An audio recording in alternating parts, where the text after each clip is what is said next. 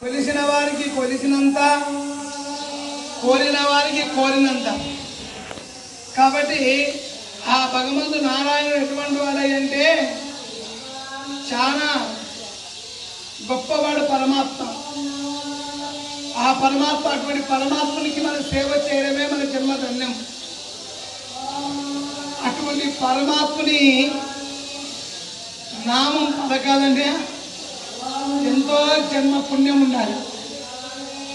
ఈరోజు నాకు ఆ భాగ్యం కలిగిందంటే ఇంకా ఇంతకన్నా ఏం కావాలి మనకు? ఇంతకన్నా ఏమీ లేదు. ఏది దాని మీద ఆశించుకుని ఒక రోజు పోయేదాని గురించి మనం భ్రమిస్తున్నాం, బాధపడుతున్నాం, ఏడుస్తున్నాం. వచ్చేటప్పుడు మనం ఏమి తెచ్చుకోలేదు, పోయేటప్పుడు ఏం తీసుకోలేదు. కానీ ఈ మధ్యలోనే నట్ట నడమని నాటకం, నానాటి బతుకు నాటకము, పుట్టుడ నిజము, పోవుడ నిజము, నట్ట నాడి మీదే నీ పని నాటకం. ఆ నాటకం అంటే ఏంటి? భార్య, బిడ్డలు, పిల్లలు, కుటుంబం, బంధాలన్నీ పెట్టాడు భగవంతుడు. ఆ మాయలో మునిగి తేలి ఏడుస్తున్నాం. వద్దురాయి జీవితం అని ఏడిచేవాళ్ళు, మొత్తుకునేవాళ్ళు.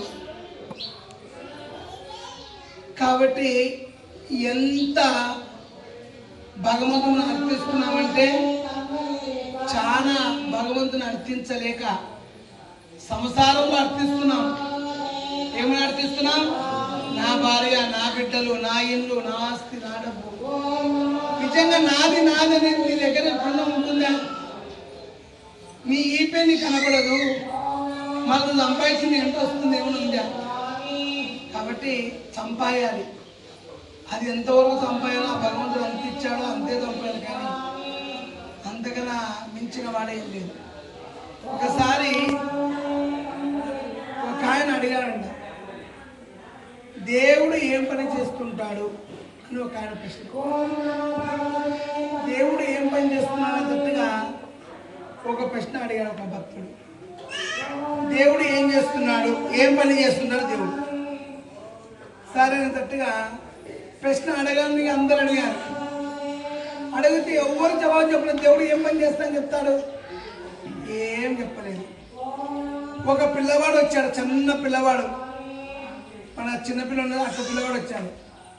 దేవుడు ఏం పని చేసి నేను చూపిస్తాను అన్నాడు. చేసి చూపిస్తాను అని అంట, చెప్పలే, చూపిస్తాను అన్నాడు. రానాయన చూపి అన్నాడు. అప్పుడు ఆ రాజు, రాజా నువ్వు కిందికి దిగు అన్నాడు సింహాసనం నుండి. ఆయన సింహాసనం నుండి దిగి కిందికి వచ్చాడు. ఈ పిల్లవాడు సింహాసనం కూర్చున్నాడు. దేవుడు చేసే పని ఇదే అయ్యా, నన్ను సింహాసనం కూర్చోబెట్టి నేను కింద దింపినాడు. ఇదే దేవుడు చేసేది. మిట్టలు కొండలు చేస్తున్నాడు, కొండలు మిట్టలు చేస్తున్నాడు. పేదవాణిగా పుట్టిస్తాడు, ఉన్నవాణిగా చేస్తాడు. ఉన్నవాణిగా పుట్టిస్తాడు, పేదవాణిగా చేస్తాడు. ఇది భగవంతుడు చేసే నీలామృతమయ్యా. దేవుడు ఇంతకన్నా వేరే పని ఏం చేయడు, ఇదే పని చేసి చూడు. పేదవాణిగా ఇంట్లో పుట్టిస్తాడు, ఉన్నవాణిగా పెంచుతాడు, ఉన్నవాణిగా పుట్టిస్తాడు, లేనివాణిగా చేస్తాడు. ఇదే దేవుడు చేసే పని. అందుకని ఏం పని చేస్తాడు దేవుడు చెప్పు అని చెప్తానే ఆ పిల్లవాడిని మెచ్చుకున్నాడు. అయ్యా నువ్వు ఎంతో గొప్పవాడిని బాబు, నాకు చాలా జ్ఞానాన్ని చెప్పావయ్యా అని చెప్పి, బాబు నాకు అయ్యా ఎంత మాకు జన్మ ధన్యమైపోయిందని చెప్పి ఆయన తృప్తి పొందాడు. కాబట్టి భగవంతుని కోసం మనం అర్పిస్తే భగవంతుడు మనకు వస్తాడయ్యా. మన మనసుతో ఒక్క పిడికెడు మనం దానం చేస్తే 100 పిడికెలు భగవంతుడు ఇస్తాడు. మనం ఒక్క పిడికెడు దానం చేయకుండా దాచిపెట్టుకుంటే అది ఎట్లయితుంది? గురుగారు వస్తారు, ప్రసాదు ఈరోజు నేను అభిషేకం చేయాలయ్యా, నాకు 100 పదాలు తేవాల్సింది అని అంటాడు. ఎందుకంటాడు? నీ కర్మను తీసుకుపోవాలంటాడు. మనం ఆ కర్మ చెప్పుకోలేమే. అయ్యో డబ్బులు ఆడుండయ్యా, నాకు అక్కడ లేవు, ఉన్న ఉంచి లేవు అంటే గురుగారు ఏం చేస్తారు? నువ్వు తేవాల్సిందని చెప్పి దేవునికి నీ కర్మను తీసుకొచ్చే దేవుని అర్పిస్తానంట. కాబట్టి మనం ఏంటంటే భగవంతుడు ఒక్క పిడికెడు దానం చేస్తే 100 పిడికెలు ఇస్తాడు. 100 పిడికెలు దానం చేస్తే 7 పిడికెలు ఇస్తాడు. ఇట్లా పెరుగుతానే ఉంటాయి. అచ్చయ్య పాత్ర కాదని దాచుకునేది నిలబడదు ఎప్పుడు నీకు. ఇది నాది కాదు నీదే, నీకు అర్పిస్తానని చెప్తే వస్తూ ఉంటుంది. వరద వరద అంటే నేను వచ్చేదే. అభయం అంటే చూస్తాను, అభయం అంటే చూస్తాను.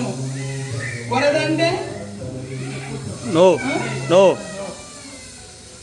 ఆయన ఒక వరద, వరద అంటే స్వామి నువ్వు చేసే పిడికెలకు 100 పిడికెలు ఇచ్చేవాడే వరదాస్తం. అందుకే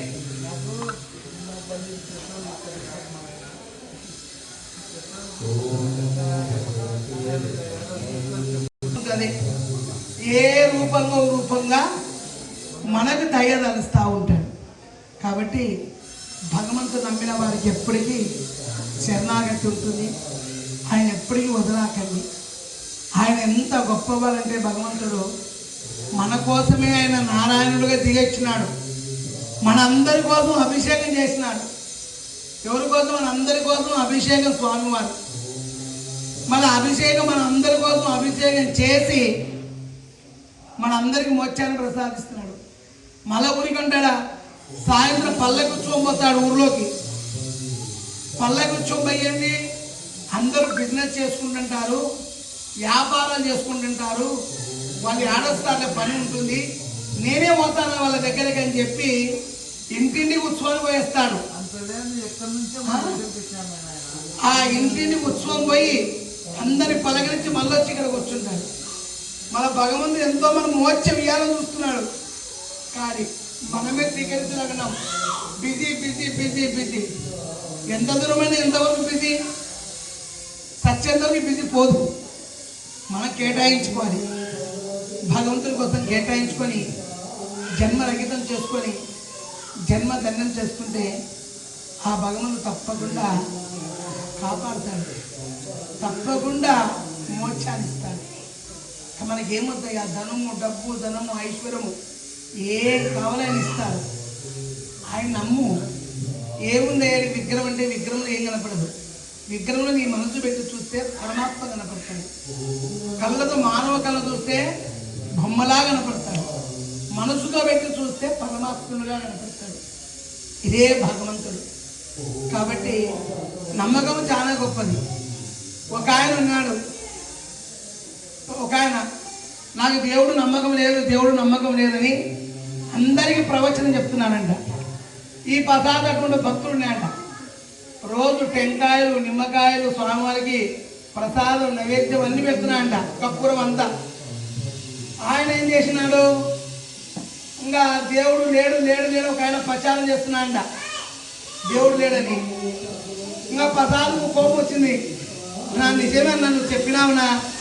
నేను ఇన్నాళ్ళు దేవుడు ఉన్నాడని కర్పూరం పెట్టి, ఊదిని ముట్టించి, టెంకాయలు పెట్టి, పండ్లు పెట్టి అన్ని ఊరికి లెక్క నాశనం చేసుకున్నాను దేవుడు దేవుడు అని. నువ్వు చెప్పింది నిజమేనా? దేవుడు లేడని నువ్వు చెప్పినా, మంచి వాకు చెప్పినావు, చాలా సంతోషం అని చెప్పి ఇంకా ప్రసాదం నుంచి ఇంకా మానుకున్నాడు. దేవుడు పూజ చేయడం మానుకున్నాడు. మానుకున్న తర్వాత నేను దేవుడు లేడు లేడు లేడని ప్రవచనం చెప్తా ఉన్నాడు. ఇంకా ప్రసాదంగా కూర్చున్నాడు.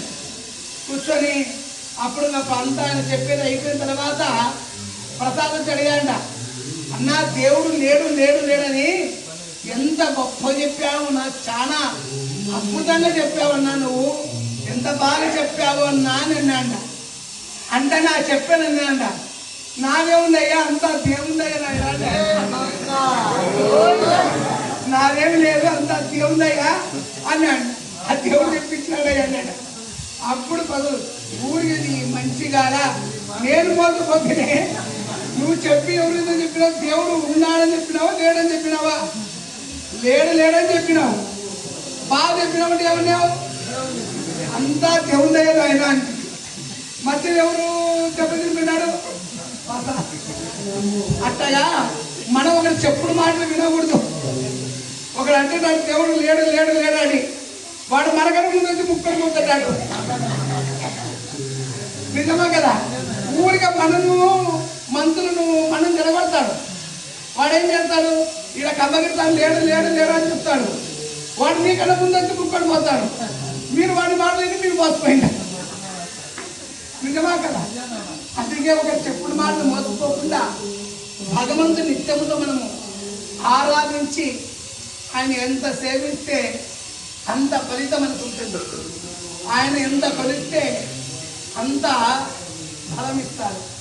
ఆయన ఎంత సేవిస్తే అంత ఫలితం ఇస్తాడు. కాబట్టి అటువంటి పరమాత్మని మాత్రము ఎప్పటికీ వదలకోకుండా నిత్యముతో నిరాగంతో ఆ భగవంతుని పూజించి మీరు జన్మ లిఖితం చేసుకోండి. భగవంతుడికి ఏమైనా మీరు ఏమైనా ధనం తీసుకెళ్ళి దానం ఏమొద్దు. ఆయన అడుగుతాడు ఒక్కటే, మీ మనసు నాకు ఇవ్వండి అయ్యా, నాకేమొద్దు. మీ మనసు నా వైపు పెడితే చాలు, మిమ్మల్ని జన్మ ధన్యమవుతానండి. ఆ మనసు ఆడవైపు పెడతాది, ఎక్కడో పోయింటుంది ఆ మనసు. అందుకే ఆ మనసు ఆయనకు అర్పించేయండి. అందుకే చెప్పారట, నామది చిన్న గది అది నీకే సరిపోతది. నామది చిన్న గది అది నీకే సరిపోతది.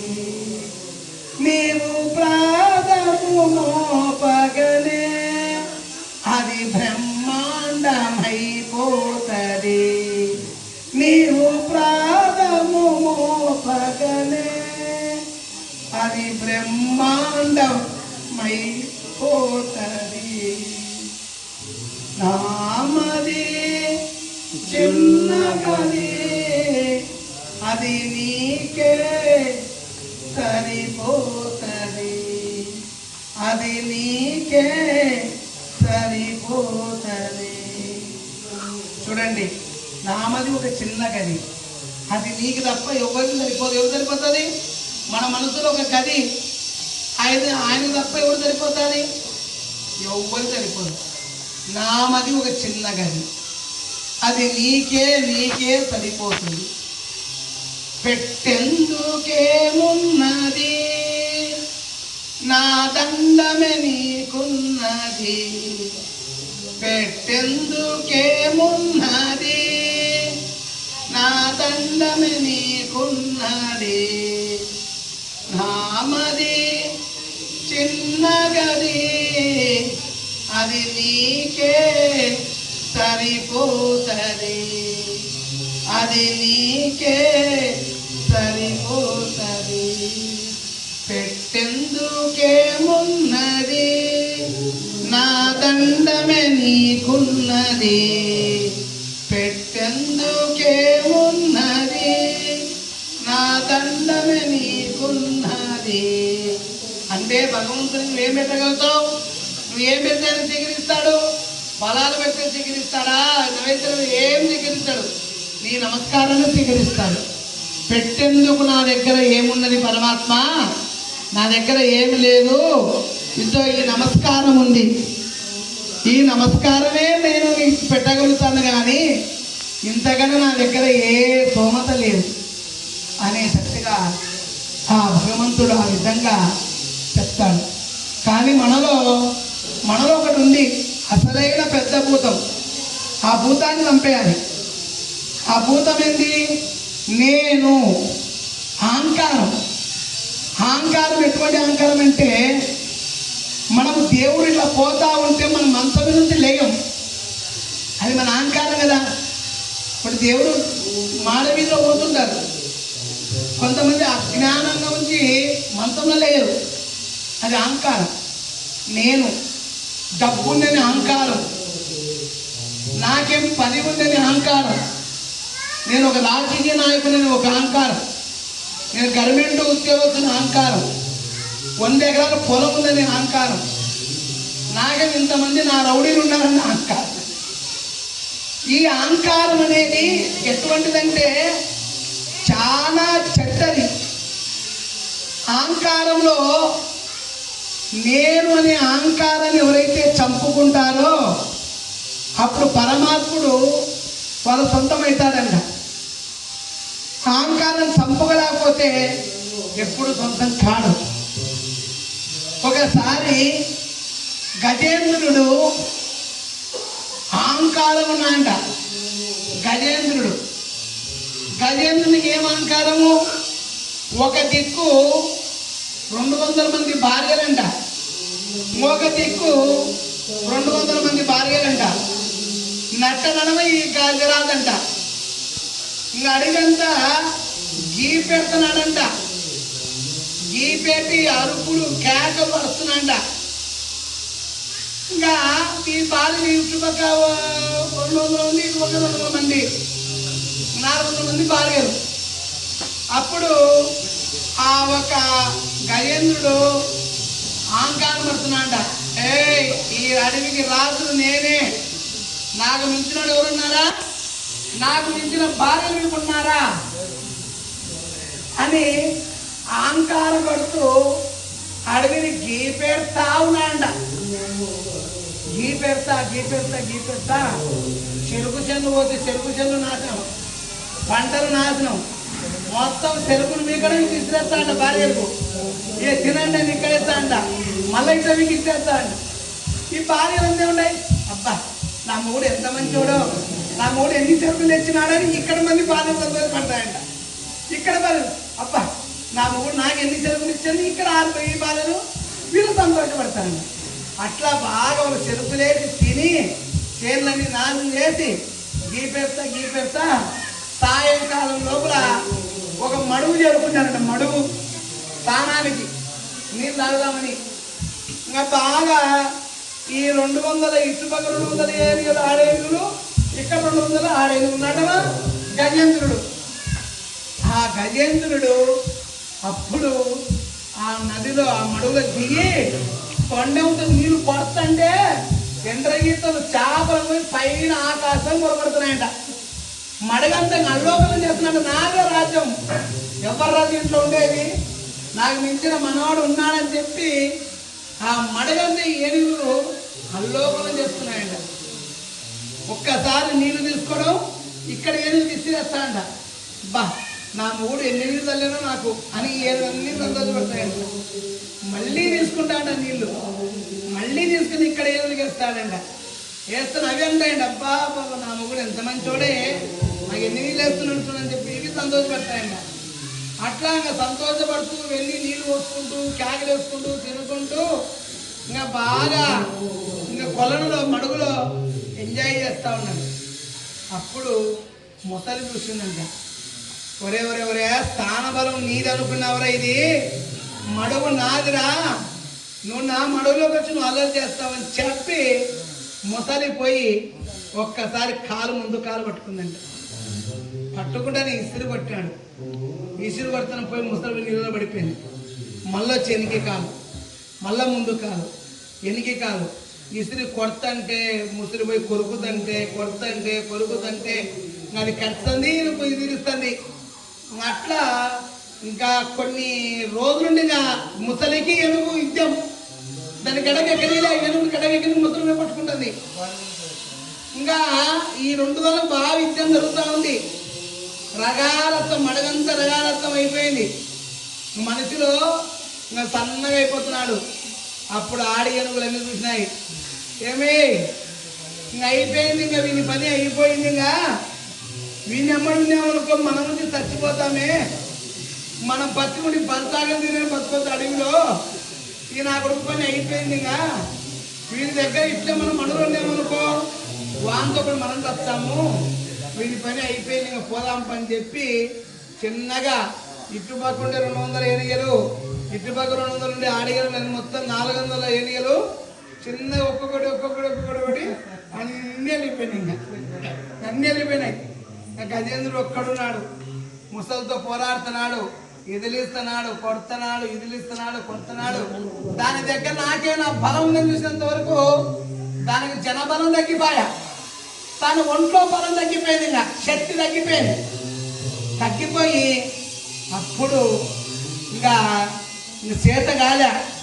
అప్పుడు ఇప్పుడు ఇంకా చచ్చిపోతాడనే భయము ఏను పుట్టింది. అప్పుడు అనుకుంటుందంట, అయ్యా నన్ను ఈ మడుగులో కాపాడే వాళ్ళు ఎవరు లేరా? ఇప్పుడు అప్పుడు వచ్చింది దానికి జ్ఞానం. నన్ను ఈ మడుగులో కాపాడే వాళ్ళు ఎవరు లేరా? ఎవరు రక్షించే వాళ్ళు లేరా? ఈ ముసల బాధ నుండి నన్ను తప్పించే వాళ్ళు ఎవరు లేరా, ఎవరన్నా ఉన్నారా, ఎవరన్నా కాపాడతారా అని పైన చూపులు వస్తుందంట. ఎవరు వస్తారో నన్ను రక్షించడానికి అని చూస్తూ ఉందంట, ఏడుస్తూ ఉందంట.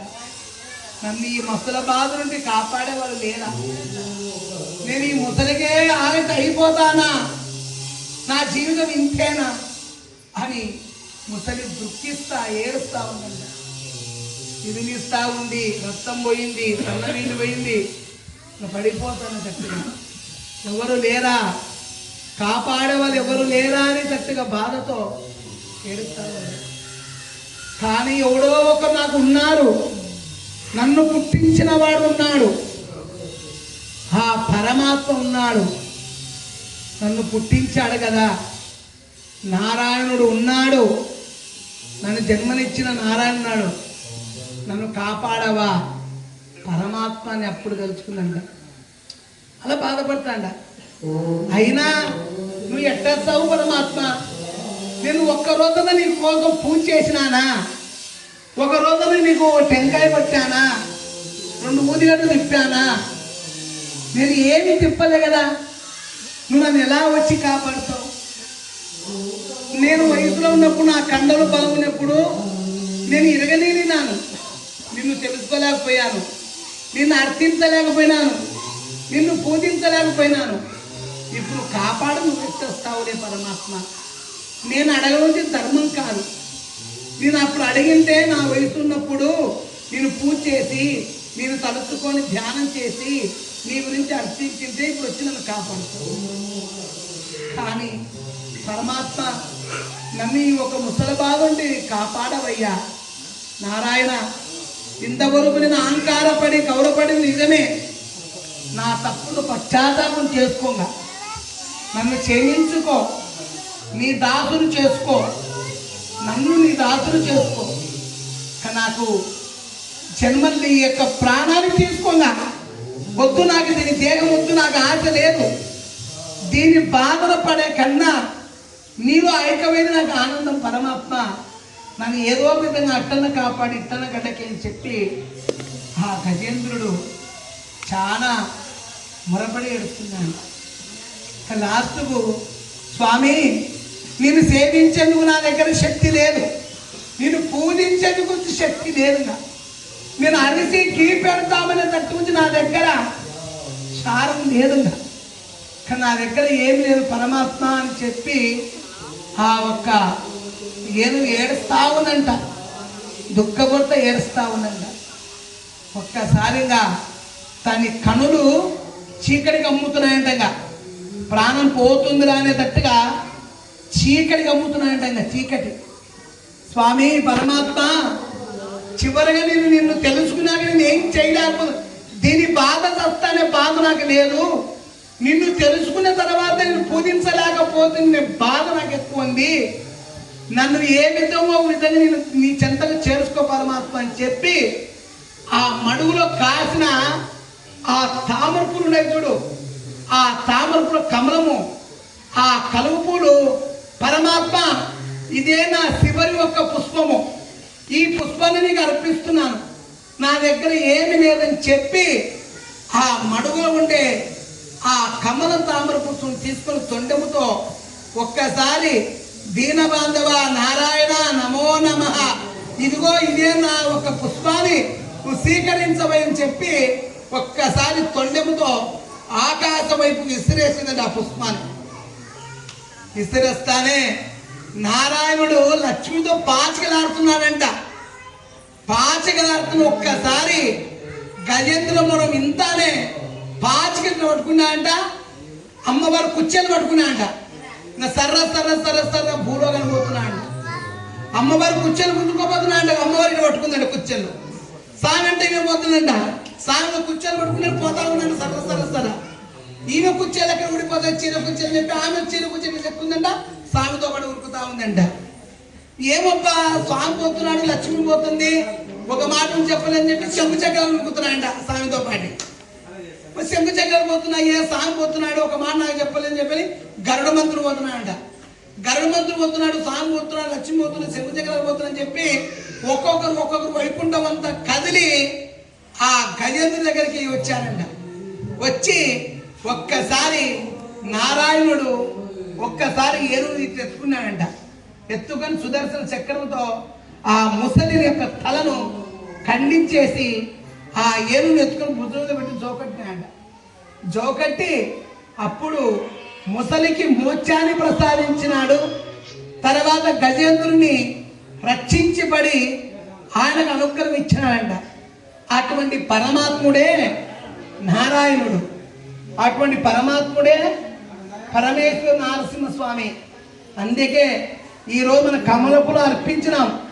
స్వామి ఇవే నీకు పుష్పాలని కమలాలతో దండగట్టి స్వామికి అర్పించినాం. ఇంతకన్నా మన మోచేముంది. కాబట్టి అప్పుడు ఆ గజేంద్రుడు వైకుంఠంలో ఒక ఇద్దరికి మోక్షాన్ని ఇచ్చాంట. ముసలికి ఇచ్చాడు, గజేంద్రుడికి ఇచ్చాంట. అలాగా జన్మ ఆ గజేంద్రుడు ధన్యం అయిపోయిందంట. అట్లాగా మీరందరి గురించి భగవంతుల్లో నా దగ్గర డబ్బు ఉందని అహంకారపడాకండి, నా దగ్గర జనబలం ఉందని అహంకారపడాకండి, నా దగ్గర ఇంకా 10 ఉందని అహంకారపడాకండి, రాజకీయ నాయకుడు ఉన్నానని అహంకారపడాకండి. అవన్నీ ఒకరోజు పోయేటివే. నీ దగ్గర స్థిరమైన ఉండాల్సిన వ్యక్తి ఎవరంటే పరమాత్మ. అటువంటి పరమాత్మని నారాయణ ఒక స్వర్ణ చేసి మీరు జన్మరహితం చేసుకోండి. అటువంటి నారాయణ తలిసి మీ జన్మను పావనం చేసుకొని జన్మరహితం చేసుకుంటే మీ జన్మ పునీతమవుతుంది. ఇంతకన్నా వేరే ఏం లేదు. ఈరోజు అభిషేకం చేశారు మీరు. నిజంగా ఎంత పుణ్యమో, ఎంత భాగ్యమో, ఎంత ధన్యమో, ఇంతకన్నా ధన్యంగా రాదు. కాబట్టి ఈరోజు ఈ గజేంద్ర మోక్షంలో ఏదో చిన్న పొరపాటు చెప్పినట్టు క్షమించండి. నా తెలిసినందులో చెప్పాను. అంత గొప్పవాణి కాదు, చదువు రాదు. ఏదో చిన్న 4 వాక్యాలు మీకు చెప్పాలనిపించింది, చెప్పాను. లక్ష్మీ రమణ గోయింద, అంబగిరీశ గోయింద, అంబరీశ వరద గోయింద, లక్ష్మీ నారసింహ గోయింద.